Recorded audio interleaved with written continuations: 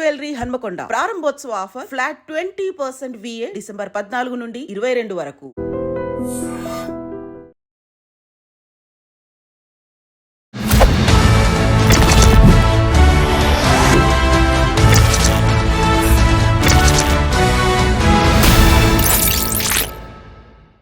అందరికీ నమస్కారం. నేను Swaroopa Potlapalli. Welcome to iDream. చెరువులో దూకి ఆత్మహత్యాయత్నం చేసిన ఓ మహిళకు సిపిఆర్ చేసి చావు అంచుల వరకు వెళ్లిన ఆమెకు పునర్జన్మను ప్రసాదించారు ఓ పోలీస్ కానిస్టేబుల్. ఆయన అనేక సామాజిక సేవా కార్యక్రమాలు కూడా చేస్తూ ఉంటారు. నిర్మల్ జిల్లాలో పనిచేస్తున్న కానిస్టేబుల్ చౌహాన్ కృష్ణ గారు ప్రస్తుతం నాతో పాటు ఉన్నారు. ఆ రోజు ఏం జరిగింది, ఆ మహిళను ఆయన ఎలా కాపాడారు, ఇలా అనేక విషయాలు ఆయన్ని అడిగి తెలుసుకుందాం. నమస్తే కృష్ణ గారు. జై హింద్ మేడం. ముందుగా మీకు అభినందనలండి.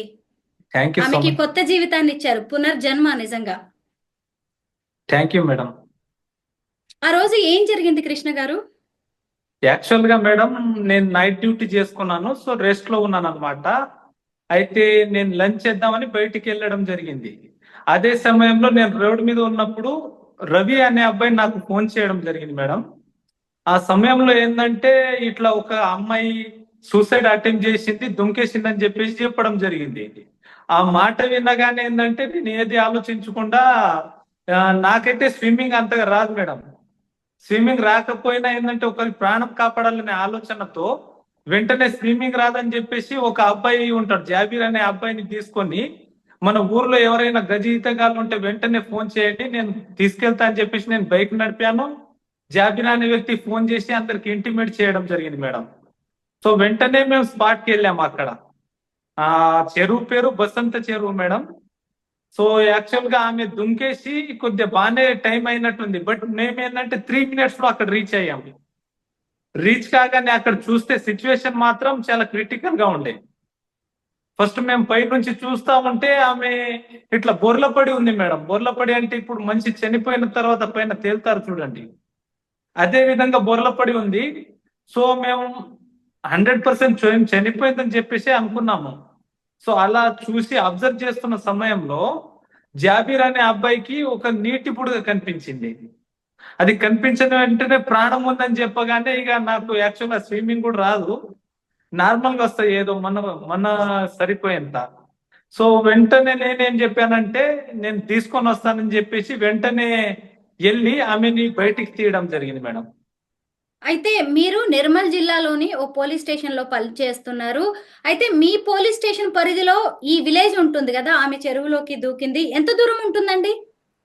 నర్సాపూర్ విలేజ్ లో నేను డ్యూటీ చేస్తాను మేడం. నర్సాపూర్ పోలీస్ స్టేషన్ ఎందుకు విధులు నిర్వహిస్తాను. అక్కడ నుంచి అప్రాక్సిమేట్లీ ఒక 1/2 kilometer ఉంటుంది మేడం. అంటే మేము ఉన్న ప్లేస్ నుంచి నేను ఎక్కడైతే బైక్ డ్రైవ్ చేసుకుంటూ రోడ్డు మీద ఉన్నానో అక్కడ నుంచి 1/2 kilometer డిస్టెన్స్ లో ఆ చెరువు ఉంటుంది, బసంత చెరువు. అయితే అసలు ఆ చెరువు దగ్గరికి వెళ్ళడానికి రూట్ కూడా సరిగ్గా లేదు. ఆమెని భుజాల మీద వేసుకుని మరీ తీసుకొచ్చారు. ఆ టైంలో ఏమనిపించింది, మీ ఆలోచనలు ఎలా ఉన్నాయి? ఎస్ మేడం, యాక్చువల్ ఏంటంటే ఆ టైంకి చాలా బరువుగా అనిపించింది ఆమె. నాకేంటంటే బాగా ఇబ్బంది అనిపిస్తుంది. కాకపోతే నేను ఈ సభాముఖంగా తెలియజేసేది ఏంటంటే, ప్రతిసారి ప్రజలు పోలీసులనే తిడతారు కానీ ఏదైనా క్రిటికల్ సమయంలో పోలీస్ ని సపోర్ట్ చేయడానికి కూడా ప్రజలు రారండి. అదొకటి చాలా అంటే చాలా బాధాకరమైన విషయం మేడం. ఈ రోజు మేము ముందుకు వచ్చామండి మీరు చేసిన గొప్ప పని అందరికీ చెప్పడానికి. Madam thank you so much madam.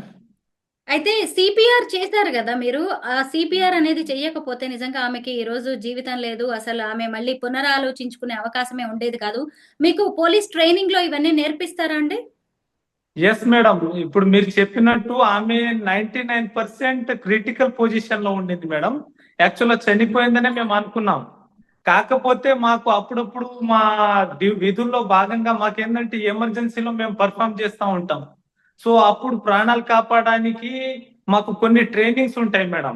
So అందులో భాగంగా మా ఎస్పీ మేడం గారు మాకు సిపిఆర్ ఏ విధంగా చేయాలని ఒక ట్రైనింగ్ అనేది కండక్ట్ చేశారు కొన్ని మంత్స్ బ్యాక్. సో ఆ ట్రైనింగ్ లో మేము ఎంతో కొంత నేర్చుకున్నాం మేడం. కానీ నిజంగా ఎస్పీ మేడం గారికి కూడా మేము థ్యాంక్స్ చెప్పాల్సిందేనండి. ఎందుకంటే ఇలా పోలీసులకి ఇవన్నీ కూడా ఎమర్జెన్సీ డ్యూటీస్ అలవాటు చేయాలని ఆవిడ ఆలోచించడం వల్ల ఈ రోజు ఒక మహిళ ప్రాణాలు దక్కాయి, ఓ కుటుంబం నిలబడింది అన్నట్టేనండి. ఎస్ ఎస్ మేడం, యాక్చువల్ ఏంటంటే మా స్పిరిట్ మా మేడం జానకి షర్మిల మేడం గారు, మా సూపరింటెండెంట్ ఆఫ్ పోలీస్, ఆమెనే మాకు ఆదర్శం మేడం. జానకి షర్మిల మేడం నాకు బాగా తెలుసు. ఖమ్మం జిల్లాలో ఆవిడ డిఎస్పీగా పనిచేశారు. హైదరాబాద్ లో కూడా ఆవిడ వర్క్ చేశారు. నిజంగా మేడం, ఈ ఇంటర్వ్యూ సాక్షిగా మీకు మేము థ్యాంక్స్ చెప్తున్నాము. ఇంకొకటి ఏంటంటే, ఇప్పుడు మీరు సిపిఆర్ చేశారు, తర్వాత ఆమెని హాస్పిటల్ కి తీసుకెళ్లారు. దాదాపు 5 రోజులు ఆవిడ ఐసీయూలో ఉన్నారు. క్రిటికల్ కేర్ అనేది ఆవిడకి ఇవ్వాల్సి వచ్చింది. ఆ తర్వాత ఇప్పుడు జనరల్ వార్డ్ లోకి వచ్చిన తర్వాత మీరు వెళ్ళి ఆవిడ్ని కలిశారు కదా, ఆవిడ ఏమన్నారండి? ఎస్ మేడం, నేను అక్కడికి వెళ్ళగానే వాళ్ళ భర్త కానీ, ఆమె అయితే అంత ఈజీగా లేకుండే, కానీ అతని భర్త మాత్రం, సార్ మీరే మా కొత్త జీవితాన్ని ఇచ్చారు, కాలు మీద పడుతున్నారు మేడం. సో అది బాధగా అనిపించింది, నాకు చాలా బాధగా అనిపించింది. కాకపోతే ఒకరి ప్రాణాన్ని నేను సేవ్ చేసినందుకు మాత్రం నేను చాలా గర్వంగా ఫీల్ అవుతున్నాను మేడం. నిజంగానే నిజమే. అయితే ఆమె క్షణికావేశంలో ఆ నిర్ణయం తీసుకుని ఉండొచ్చు గాని, ఇప్పుడు మీరు రక్షించిన తర్వాత ఆమె జీవితం గురించి మళ్ళీ ఆలోచించుకుంటది. ఇది ఆమెకి రెండో జన్మ అన్నట్టు కదా! ఇప్పుడు వాళ్ళ పిల్లల్ని, వాళ్ళని చూసినప్పుడు అయ్యో! ఈ పోలీస్ కానిస్టేబుల్ లేకపోయి ఉండుంటే నా లైఫ్ ఏమైపోయి ఉండేదో అని అనుకుంటూ ఉంటది. ఇలా చాలా మంది క్షణికావేశంలో సూసైడ్స్‌కి పాల్పడుతూ ఉంటారు. మీరు పోలీస్ కానిస్టేబుల్‌గా ఎన్నో కేసుల్ని చూసి ఉంటూ ఉంటారు గదా! ఇలాంటి కేసుల్ని మీరు ఇంతకు ముందు ఏమైనా టేకప్ చేశారా? లేదు మేడం, నేను ఫస్ట్ టైం ఇలాంటి కేసుని డీల్ చేశాను. యాక్చువల్ గా నేను బ్లూ కోట్ లో విధులు నిర్వహిస్తా ఉంటాను. ఎమర్జెన్సీ కేసెస్ చాలా డీల్ చేస్తాము, యాక్సిడెంట్ కేసు. బట్ ఇలాంటి చెరువులో చనిపోయిన కేసెస్ ఉన్నాయి. కాకపోతే ఒక ఉమెన్ వెంటనే పడి మాకు ఇన్ఫర్మేషన్ వచ్చిన కేసు అయితే ఇదే మొదటి కేసు. అండ్ నేను సక్సెస్ఫుల్ గా కంప్లీట్ చేసినందుకు గర్వపడుతున్నాను మేడం. నేను ఏమంటున్నారు మీ మిగతా పోలీస్ అఫీషియల్స్ అందరూ? చాలా అప్రిషియేట్ చేస్తున్నారు మేడం. మా మేడం గారు కూడా నన్ను అప్రిషియేట్ చేశారు. అదే విధంగా ఎల్లవేళలా మాకు సపోర్ట్ గా ఉంటారు మేడం గారు.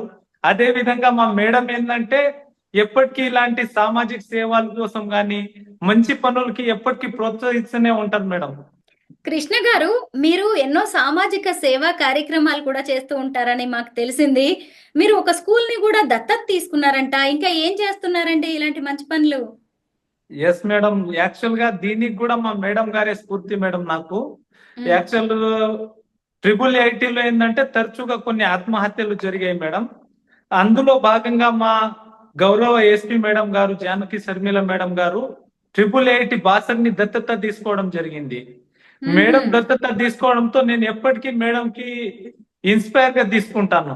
సో మేడం హ్మ్. ట్రిపుల్ ఐటీని దత్తత తీసుకోగానే నాకు కూడా ఒక స్కూల్ ని దత్తత తీసుకొని కొన్ని ఇంప్లిమెంట్ చేయాలనే ఆలోచన వచ్చింది. నాకు కొన్ని దానికి సంబంధించిన ఐడియాలజీస్ ఉన్నాయి మేడం. సో మేడం స్ఫూర్తితో నేను జడ్పిఎస్ఎస్ స్కూల్ ని దత్తత తీసుకున్నాను. అదే విధంగా మీరు చెప్పారు కదా, మమత అనే ఉమెన్ కి పిల్లలు ఉన్నారని చెప్పేసి, నేను ఏ స్కూల్ అయితే దత్తత తీసుకున్నానో అదే స్కూల్లో వాళ్ళ బాబు 8th క్లాస్ చదువుతున్నాడు మేడం. ఆ విషయం నాకు హుహు. తర్వాత తెలిసింది. మీరు దత్తత తీసుకొని ఏం చేస్తూ ఉంటారు ఆ స్కూల్‌లో? మేడం నేను స్కిల్స్ డెవలప్మెంట్ గురించి ప్రోగ్రామ్ చేస్తాను మేడం. హ్మ్. అంటే కొన్ని మాడ్యూల్స్ ఉన్నాయి, దానికి తగ్గట్టుగా దాన్ని పర్ఫామ్ చేసి పిల్లలకు ఓన్లీ ఎడ్యుకేషనే కాకుండా సామాజికంగా అవగాహన ఉండాలి, సమాజం మీద పూర్తి నాలెడ్జ్ ఉండాలి. దాంతో పాటు ఈ రోజుల్లో పేరెంట్స్ ని గౌరవించట్లేరు. పేరెంట్స్ ని ఎలా గౌరవించాలి, అసలు మన పేరెంట్స్ మన కోసం ఏం చేస్తున్నారు, దానితో పాటు సమాజంలో పెద్ద వ్యక్తులు ఉంటారు, వాళ్ళని ఎలా గౌరవించాలి, అండ్ సొసైటీలో ఉన్న ఆబ్స్టికల్స్ ఏమున్నాయి, దాన్ని ఎలా ఓవర్కమ్ చేయాలి, అండ్ హైయర్ ఎడ్యుకేషన్ కి ఎలా ప్రిపేర్ కావాలి, అండ్ మనం సక్సెస్ కావాలంటే ఎలాంటి ఆపర్చునిటీస్ బయట ఉన్నాయి, మనం ఎలా కష్టపడాలి, ఇప్పటి నుంచి ఎలా ప్రిపేర్ అవ్వాలి అనే దాని మీద నేను స్పెషల్లీ ఫోకస్ చేస్తున్నాను మేడం. నిర్మల్ జిల్లా అనగానే బాసర సరస్వతి ఆలయం గుర్తొస్తుంది. అలాగే బాసర ట్రిపుల్ ఐటీ గుర్తొస్తుంది. మీరు కూడా ఇందాక చెప్పారు బాసర ట్రిపుల్ ఐటీలో ఎక్కువ ఆత్మహత్యలు జరుగుతున్నాయి అని. నిజమే, మేము కూడా అక్కడ ఎన్నో రకాలైన వార్తలు వింటూ ఉంటాము. హాస్టల్‌కి సంబంధించి గాని, క్యాంపస్‌కి సంబంధించి గాని, ఇలాగ ర్యాగింగ్‌కి సంబంధించి గాని. ఇప్పుడు అక్కడ పరిస్థితులు ఎలా ఉన్నాయి? పోలీసులు ఎలాంటి చర్యలు చేపడుతున్నారు? మేడం దత్తత తీసుకున్నప్పటి నుంచి మాత్రం అక్కడ చాలా శాంతియుత వాతావరణం నెలకొంది. అదే విధంగా మేడం ఎప్పటికీ వాళ్ళతో మమేకం అవ్వడం, వాళ్ళతోనే వాకింగ్ చేయడం, వాళ్ళతో ఫ్రెండ్లీగా ఉండడం వల్ల తప్పకుండా ఇక ముందైతే అలాంటి సంఘటనలు జరగవనే అయితే సూచనలు తప్పకుండా నాకు కనబడుతున్నాయి మేడం. ఫ్రెండ్లీ పోలీసింగ్ గురించి వింటున్నాము. ఇలాగా డైరెక్ట్ గా కాలేజీలని ట్రిపుల్ ఐటీస్ ని పోలీసులు దత్తత తీసుకొని వాటిలో సంస్కరణలు చేయాలని కూడా నిజంగా చాలా గొప్ప విషయం అండి. Yes, great thing madam. Madam యొక్క ఆలోచనతోనే నేను కూడా ఈ ఆలోచనలోకి వచ్చాను మేడం. కృష్ణ గారు, మీరు ఒకప్పుడు మీకు ఏదో ఒక ఉద్యోగం ఉండాలి అని పోలీస్ కానిస్టేబుల్ జాబ్ కి మీరు వెళ్ళి కష్టపడి జాబ్ కి సెలెక్ట్ అయ్యి ఉంటారు. కానీ ఇప్పుడు మీకు జాబ్ సాటిస్ఫాక్షన్ ఎలా ఉంది? అబ్బా, ఈ జాబ్ లో ఉండడం వల్లే కదా నేను ఇంతమందిని రక్షిస్తున్నాను, లేదంటే ఇవన్నీ చేయగలుగుతున్నాను అని అనిపిస్తూ ఉంటుందా ఎప్పుడైనా? 100% మేడం, నాకు ఈ జాబ్ లో చాలా సాటిస్ఫాక్షన్ ఉంది. ఏ ఉద్యోగం కూడా డైరెక్ట్ గా పబ్లిక్ కి సేవ చేయలేరు, కానీ పోలీస్ అధికారి అనే అతను తప్పకుండా డైరెక్ట్ పబ్లిక్ తో రిలేషన్ ఉండి ప్రతి సమస్యకు పరిష్కారం చేసే అవకాశాలు ఉంటాయి. ఇంకోటి ఏంటంటే యాజ్ ఏ కానిస్టేబుల్ గా మాకు కొన్ని పరిధులు ఉంటాయి మేడం. ఆ పరిధి వరకు అయితే నేను 100% న్యాయం అందిస్తున్నా అని నేను అనుకుంటున్నాను. కృష్ణ గారు, ఇప్పుడు మనం మమత గారి గురించే మాట్లాడుకుందాము. కుటుంబ కలహాలు కావచ్చు, ఆర్థిక ఇబ్బందులు కావచ్చు, ఏవో రీజన్స్ ఉండొచ్చు. కానీ చాలా మంది ఇంకా ఆత్మహత్య శరణ్యం, చావు తప్ప ఇంకేం లేదు అనుకుంటున్నారు. అలాంటి వాళ్ళకి మీరు ఏం చెప్తారు జీవితం గురించి? ఎస్ మేడం, ఇందులోనే భాగంగా యాక్చువల్ గా నేను మోటివేషన్ క్లాసెస్ కూడా చెప్తా ఉంటాను. విద్యార్థులు కూడా ఏంటంటే చాలా పెద్ద పెద్ద చదువులు చదివి కూడా చాలా మంది ఇప్పుడు ట్రిపుల్ ఐటీ చూస్తున్నాము. వాళ్ళు ట్రిపుల్ ఐటీలో వెళ్ళారంటే నాట్ ఏ కామన్ స్టూడెంట్, అంటే చాలా నాలెడ్జ్ ఉండి మంచి మెరిట్ స్టూడెంట్ అన్నమాట. దాంతో పాటు మంచి మంచి ఇంజనీర్స్ ని చూస్తున్నాం. అదే విధంగా ప్రాణాలు కాపాడే MBBS అందరిని చూస్తున్నాం మేడం. సో అంత చదువు చదివినా కూడా వాళ్ళు సూసైడ్ చేసుకుంటున్నారంటే అంటే మనము వాళ్ళు చదువు నేర్చుకుంటున్నారు, కానీ ఈ సమాజం ఏందనేది నేర్చుకోవట్లేరు. అండ్ ప్రాణం పోవడం వల్ల వాళ్ళకి ఎంత నష్టం జరుగుతుంది, వాళ్ళ అమ్మ నాన్న ఎంత బాధపడతారనే విషయాన్ని వాళ్ళు గుర్తించలేకపోతున్నారు. అందులో భాగంగానే మీకు ఇంతకు ముందు చెప్పినట్టు నేను స్కూల్ ని అడాప్ట్ చేసుకున్నాను. అండ్ కొన్నిసార్లు నేను సూసైడ్ రిలేటెడ్ క్లాసెస్ కూడా తీసుకుంటాను మేడం. అసలు సూసైడ్ చేసుకోవడం వల్ల ఎలాంటి ఇబ్బంది అవుతుంది, దీనివల్ల ఎవరు సఫర్ అవుతారు, మీరు ఇంత మంచి ప్రాణాన్ని ఎందుకు కోల్పోతున్నారు అనే విషయాల మీద కూడా నేను చాలా సుదీర్ఘంగా చర్చిస్తాను మేడం. ఇప్పుడు మన పురాణాల ప్రకారం ఆత్మహత్య మహాపాతకం, అలాగే మన చట్ట ప్రకారం కూడా సూసైడ్ అనేది కూడా ఒక క్రైమ్. అయితే మమత గారి కారణాలు ఏమైనా కావచ్చు. ఇప్పుడు ఆవిడ సూసైడ్ అటెంప్ట్ అని చేశారు కదా, ఇప్పుడు దాని మీద కేసు బుక్ అయిందా అండి? కేసు ప్రోగ్రెస్ ఏంటి madam? Case progress investigation officer మీద ఉంటది మేడం. మా విధులు మేము చెప్పాను కదా, నా విధులు ఎంతవరకు అయితే ఉంటుందో అంతవరకు నాకు నాలెడ్జ్ ఉంది మేడం. అంతవరకు నా యొక్క విధిని నేను నిర్వర్తించాను. నెక్స్ట్ ఇన్వెస్టిగేషన్ ఆఫీసర్ చూసుకుంటారు మేడం. థ్యాంక్ యూ కృష్ణ గారు.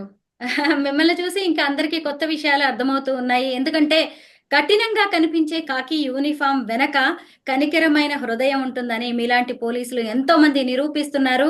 ఈరోజు జానకి షర్మిల గారు బాసర ట్రిపుల్ ఐటీని దత్తత తీసుకున్నారనే విషయం కూడా చాలా గొప్పగా అనిపిస్తోంది.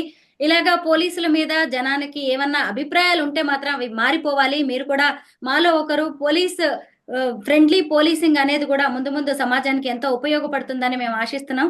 Thank you so much Krishna గారు.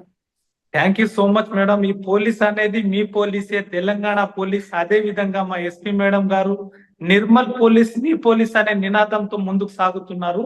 అదే విధంగా వాళ్ళ యొక్క నినాదానికి మేము పక్కడబందీగా విధులు నిర్వహించుకుంటా మా సుపీరియర్ ఆఫీసర్ యొక్క పేరు నిలబెడుతూ, అదే విధంగా మా ఖాకీ యూనిఫామ్ యొక్క గౌరవాన్ని బయటికి తీయాలనే ఆలోచనతో మేము చేస్తా ఉన్నాం. ఈ అవకాశం ఇచ్చిన iDream TV ఛానల్స్ వాళ్ళకి ప్రత్యేక ధన్యవాదాలు మేడం. Thank you. నిజంగా మీలాంటి పోలీసులు బాగా పనిచేస్తూనే పోలీసు ఉన్నతాధికారులు కూడా మంచి పేరు వస్తుంది, పోలీస్ డిపార్ట్మెంట్ కూడా మంచి పేరు వస్తుంది, ప్రజలు కూడా మిమ్మల్ని ఇష్టపడతారండి ఖచ్చితంగా. ఎందుకంటే మీరు చేసే సేవని మేము వెలకట్టలేము.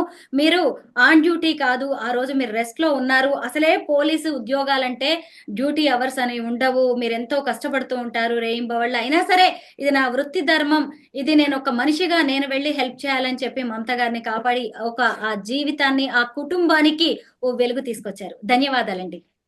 Thank you madam.